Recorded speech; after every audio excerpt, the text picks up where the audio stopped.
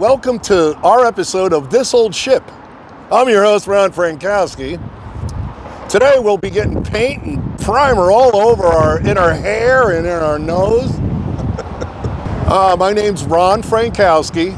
I've been involved with restoring the USS Slater since 1995 when she was at the Intrepid Museum in New York City. Well, my uncle became involved because he served in one of these ships, the USS Reeves DE-156, and he invited me to a ceremonial rechristening ceremony in New York City, and I just saw the project and kind of looked like they really could use the help because the ship was in very bad shape at that point. But it was a lot of people involved, and I just wanted to get involved with it. And it's like, geez, kind of like an addiction almost. I'm a student of history. And to be able to work on a ship like that is just, I just got a bug on it, and I just kept coming, you know. And we didn't have the crew that we have up in Albany here. Things were a little thinner back then. But I just love the project, and again, to be around history and to help preserve history, I think is very important. I never served in the military. I'm a civilian. So I feel like this is kind of, I never joined up. I feel like this is kind of like my time for service to the country and to the, national heritage. Oh boy, it has to be the people. Everybody here is supportive. We're fun. We see each other twice a year, some of us. It has to be just the people too, as far as fun is concerned. The history of the ship and the war and everything is kind of serious, but the people, I think that's my favorite, is my friends that I've made here. Yeah, my uncle Albert Boccheri, he served in the Pacific and actually was at Hiroshima several months after World War II had ended.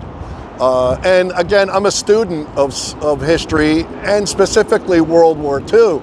So it's really amazing to be able to talk to people who were actually there.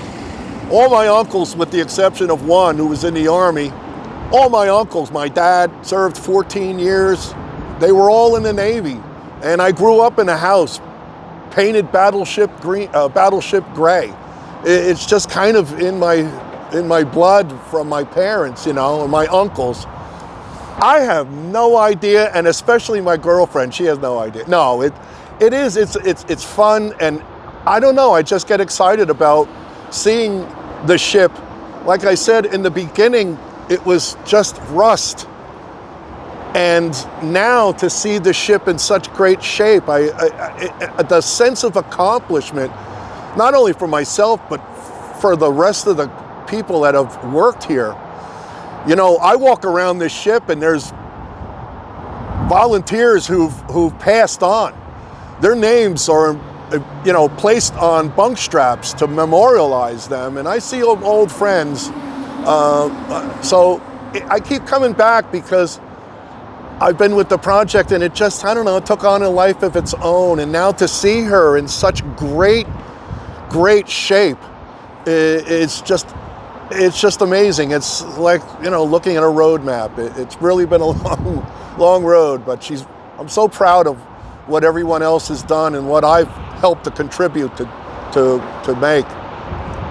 Probably my rack, because at the end of the day, you're pretty tired because there's not a lot of flat surface on board the ship, so if you got to go anywhere, you're climbing a ladder. So yeah, the exercise is great. Favorite part of the ship? I would have to say it's definitely got to be the forecastle. I'm not really sure, but I'd have to say the forecastle. Absolutely, because I've spilled blood and gone home with paint all over my clothes. I do feel a connection to her. And what I was saying before, I feel a connection to the people that I've worked with here that are no longer here with us. So yeah, I do feel a connection to the ship. And being the oldest serving volunteer, I kind of feel like, like an uncle to, to the ship, just that's my connection. Well, I don't know if there's anything I can do to get people to support the ship, except to just tell them to show them how much I enjoy it. How much I enjoy being around history and reading, understanding history,